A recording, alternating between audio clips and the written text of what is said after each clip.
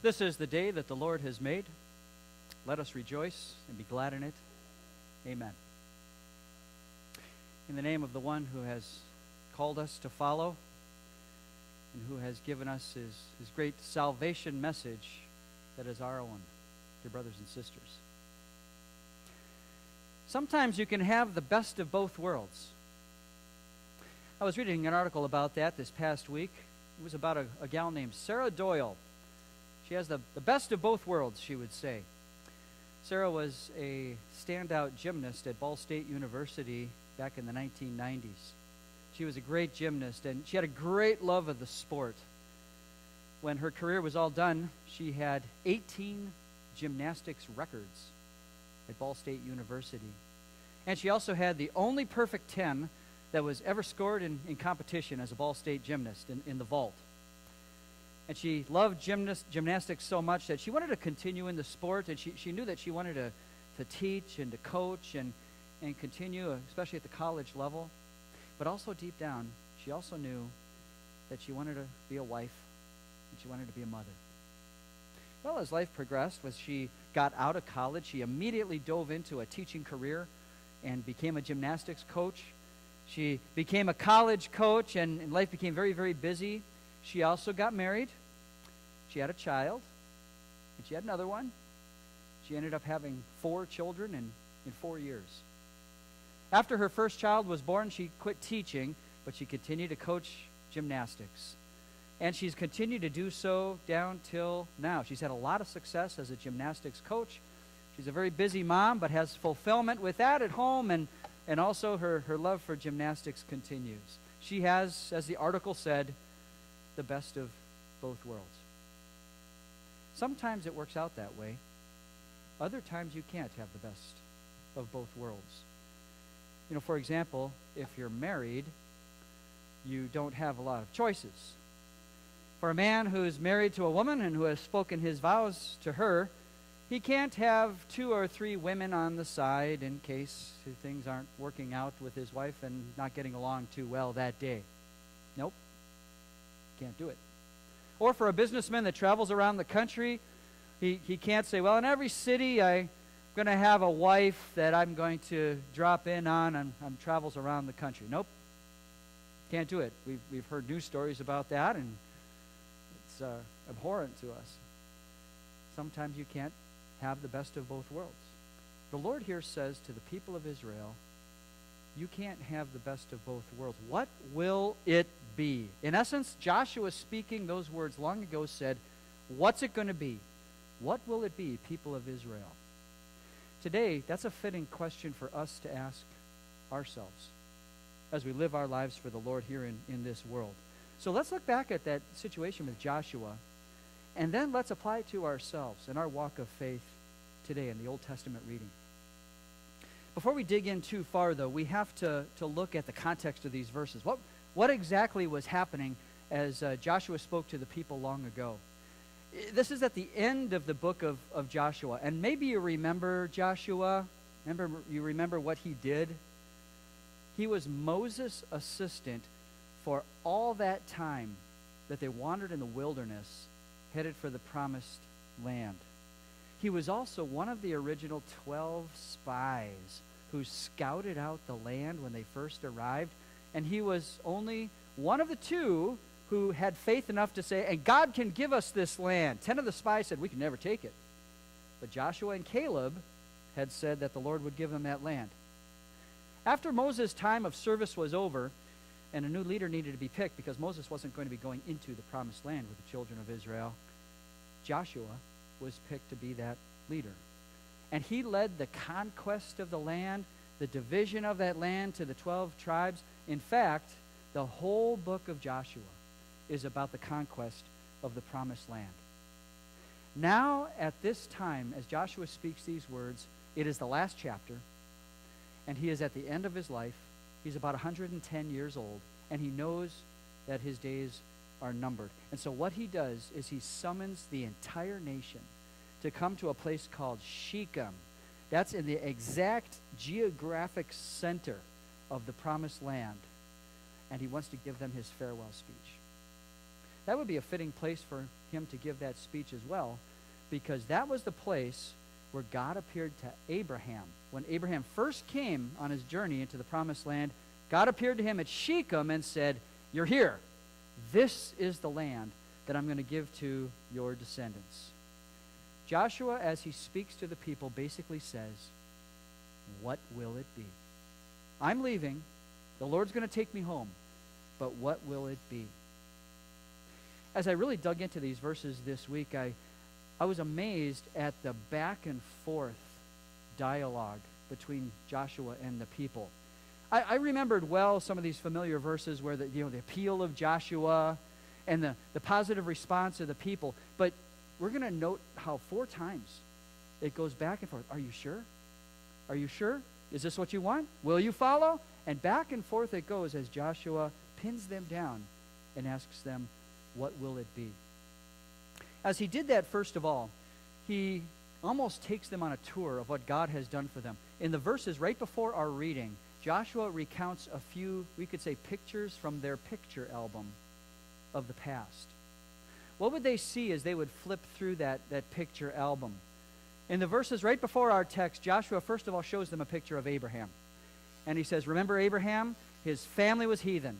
They worshipped idols, but God took him away and God gave him this land. And that was almost the second picture, this land flowing with milk and honey that would be theirs. Then in the picture album, there's a picture of a few children. He gave him Isaac, son in his old age. And to Isaac he gave twins, Jacob and Esau. And then there's a picture of Egypt, a land that was a verdant land back then at a time of famine where they could grow into a great and powerful nation. And then flipping the page, there's some terrible pictures. Pictures of hail and darkness and boils and gnats and plagues. When Pharaoh of Egypt enslaved them, wouldn't let them go, God brought about terrible plagues so that their people could leave and go back to the promised land. And a picture of Moses, probably a big picture of him, the one that God sent so that his people could leave that country. Then there's pictures in the wilderness where God preserved their life. Water from rocks, manna from heaven, quail in the evening. And there's a picture of conquests of the peoples on the way to Canaan and also of that promised land. And despite a lot of complaining and a lot of unfaithfulness, their picture album looked pretty good. And Joshua basically says, what will it be? He says, now fear the Lord and serve him with all faithfulness. Throw away the gods your ancestors worshipped beyond the Euphrates River and in Egypt and serve the Lord. But if serving the Lord seems undesirable to you, then choose for yourselves this day whom you will serve, whether the gods your forefathers served beyond the river or the gods of the gods of the Amorites in whose land you are living. But as for me and my household, we will serve the Lord. Other gods. That jumps off the page. Throw away the other gods that are among you. There were other gods that were among them at that time. How could there be other gods? You know, it's almost as if we were having a renewal of vows here today with one of you couples. And as we were doing the renewal of vows, and the husband was going to get ready to speak his vow, the pastor would say, hold it, hold it, hold it. By the way, you're going to have to let go the 2 mistresses that are among the group today. Shocking. How could this be? And he's renewing his vow, but at this renewal of vows, they had other gods among them, probably hidden away, probably concealed, probably secret gods. So Joshua says, what will it be? The gods of Abraham's old family? Maybe the gods of Egypt. Maybe the gods of the Amorites that you defeated. Maybe pick one of those if you want. But my family is going to serve the Lord. And he says you should serve him in faithfulness. Faithfulness. That's a unique Hebrew word. Literally it means all, whole, complete. So I guess we could translate it wholeheartedly, completely, not with other gods in the picture. Please also note this is no conversion experience for them. This is no demand for a decision for Christ or anything. These are people of God who have been following and who have known the Lord their entire life. Joshua says, keep following this one. They reply in verse 16, Far be it from us to forsake the Lord to serve other gods. It was the Lord our God himself who brought us and our fathers up out of Egypt from the land of slavery and performed those great signs before our eyes. We too will serve the Lord because he is our God. And then Joshua says, you can't. You can't do it. It's kind of a surprising answer, isn't it? You can't do it when he's encouraging them to follow the Lord? Why would Joshua say you can't? Yeah, maybe a few reasons. Maybe first of all, he saw a few shallow hearts out there, and it was kind of a dose of realism for them. This is involving a commitment. Perhaps it was an emphasis on the grace of God, that it's not going to be your strength. It's never your strength that can follow the Lord. It's all him. It's his call. It's his conversion. It's him with the strength to follow throughout this life. He, after all, works in us to will and to do of his good pleasure. Or maybe Joshua was putting on his prophetic eyes, and he was looking into the future. If you know how the story continues in the book of Judges, maybe he could see you're not going to be able to. But be it as it is, he gave them a strong warning here, to which they responded, no, we will serve the Lord. And then Joshua says, you are witnesses against yourselves that you have chosen to serve the Lord. He says, there's people hearing what you're saying out there. And they said, yes, we are witnesses. And then Joshua says, so throw away the foreign gods that are among you. Really? You're going to have to throw them away. And the people said, we will serve the Lord our God and obey him. Thus ends the dialogue between the two parties. And what did Joshua do after that dialogue was over? First of all, he recorded all of this in the official book of the law that they kept. And then also Joshua set up a stone at that place, a stone that was going to outlive all of them and would serve as a testimony and a witness to what they had vowed. So how would the story go? Would they stay faithful? Would they serve the Lord? Well, we hear at the end of the book of Joshua that they did serve the Lord until all of the elders who were present at that time were gone. So it seems that for about 2 generations, they might have served the Lord and then began again to follow other gods. And if you read the book of Judges, the book of Judges is kind of a bizarre book of wars and oppression, where God raised up valiant men and valiant judges to serve his unfaithful people who were doing very odd and strange things, serving other gods all throughout that book, as every man did what was right in his sight. They did not end up being faithful to the Lord in the end. So therefore, it's good for us to ask ourselves, what will it be? After all, there may be some confirmed people out here, people who spoke their vows to the Lord at some time, people who've been believers in Jesus for a long time. But it's good to regularly analyze and ask ourselves, what will it be? And as we do that, we should look at your photo album. What's in your photo album from the past? Remember those good friends that God gave you when you were being brought up? The ones that were on your side most of the time, the ones that you had as buddies. Do you remember how the Lord brought you through that trouble in your home when you were growing up? Do you remember your family members who, you probably had your moments, but hopefully you are close to them and still regard them as pretty close loved ones? There might be a picture of a few angels that protected you from harm when danger was knocking at the door, or when you were young and foolish and doing some foolish things.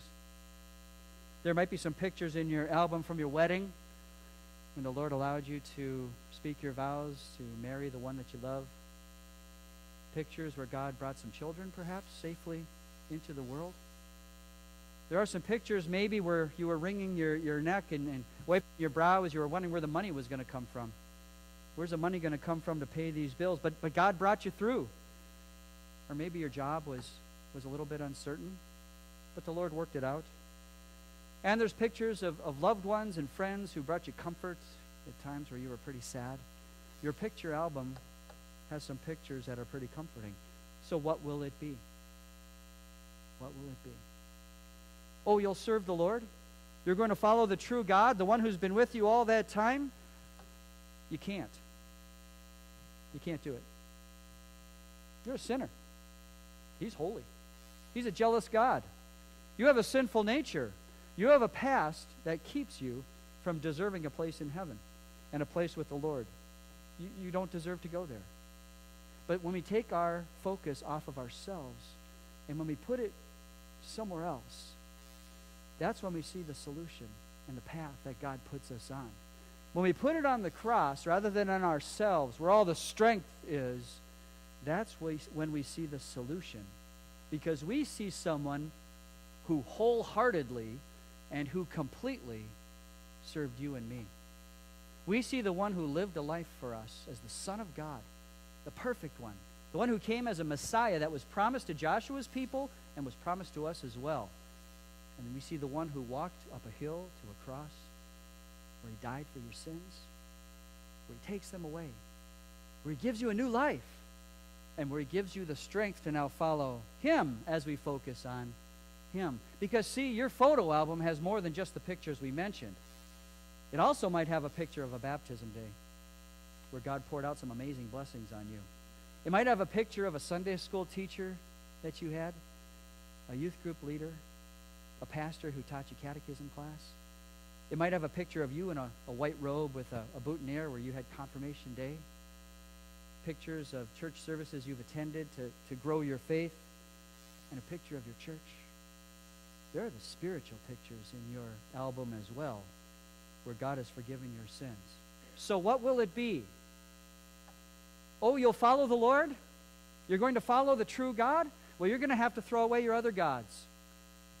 Oh, I don't have other gods. I don't worship other gods. Yes, you do. You do, because all of us by nature are syncretistic. Syncretism is when you have a collection of gods. And with religion, it means you can even have the true God, but you like this God and you have that God. And for the Israelites, maybe they kept a few around as hobby gods or favorite gods and just some side gods kind of hidden on the side. Every human heart is syncretistic. What are your gods? What are the ones you're tempted to? Because every single person here has a different personality and a different inclination toward other gods. Is it reputation and fame? Is it money? Is it pleasure? Is it recreation? Is it laziness? Procrastination? Pleasure? What is it? Because we all have them, and we all need to analyze our hearts to see what gods can threaten the place of the true God in our life. And not only that, but it also is very important for fathers and leaders of households to ask themselves, what will it be? Because this has implications on your life as well. Will you be a model leader for your household? The perfect example, the one who goes the extra mile, the one who's the instigator of family devotions every day. Will you be the one who's going to be the household pastor, the watchman for your people's souls that are in your own house?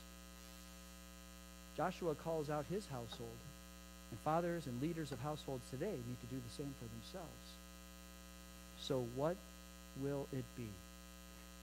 As for me, in my house, we will serve the Lord.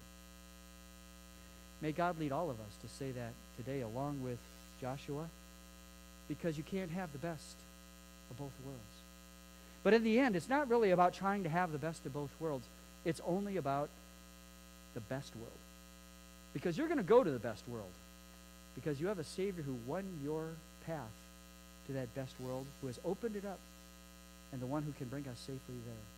Therefore today, may all of us, along with Joshua, say, as for me and my household, we will serve the Lord. Amen. Please rise. Now may the peace that surpasses all